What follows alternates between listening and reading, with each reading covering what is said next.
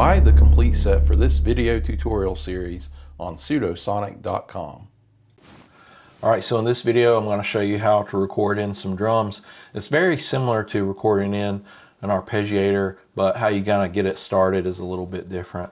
So what I want to do is turn off this key on start, because as I'm listening to drum patterns, I don't want the playback to go along with it. I also want to go ahead and turn off the keyboard icon, so that's not when I'm triggering the drums or playing or doing anything with the drums. I don't want any of these tracks to be triggered.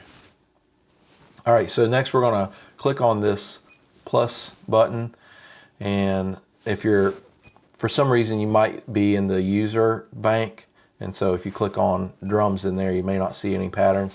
Make sure you're on the all bank, so this is going to be your preset banks.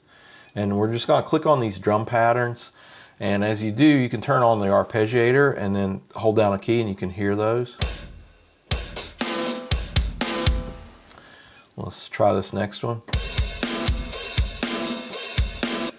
Yeah, let's just use this one right here. So once it's selected, go ahead and exit. And so now this drum sound is in track 4.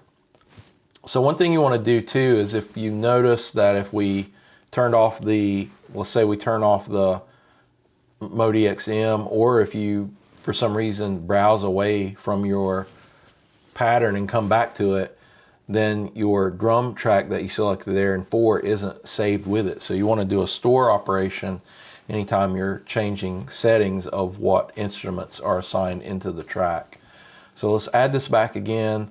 I want to go ahead and click the drum and then add that one in.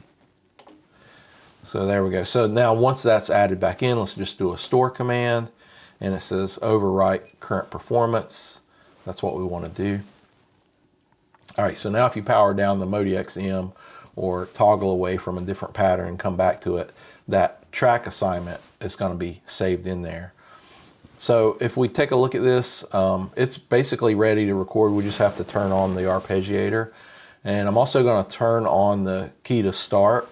So, you know, we want our drum beat to start at the instant we press the key. We don't want to wait for a count in and then accidentally miss where the start of the recording or measure is. So now all we do is we just press the record button and then press the key.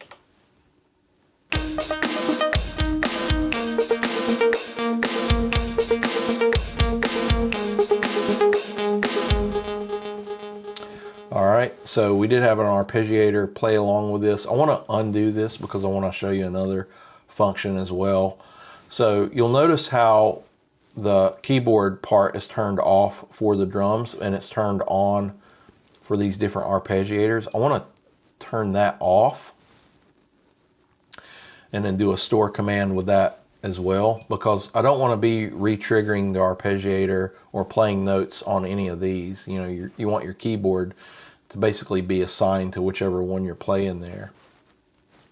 Alright, so now with the arpeggiator turned on, I'm simply going to hit the record button, and it's waiting for that key press with that key start turned on.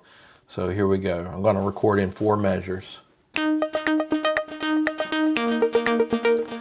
me go ahead and stop that there and create an undo. So the one thing I forgot to do is I forgot to turn on the keyboard for the drums. Alright, so we're at the beginning, and let's try this again.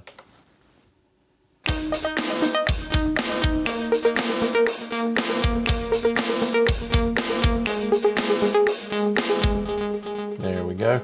And now we can preview what we just recorded in.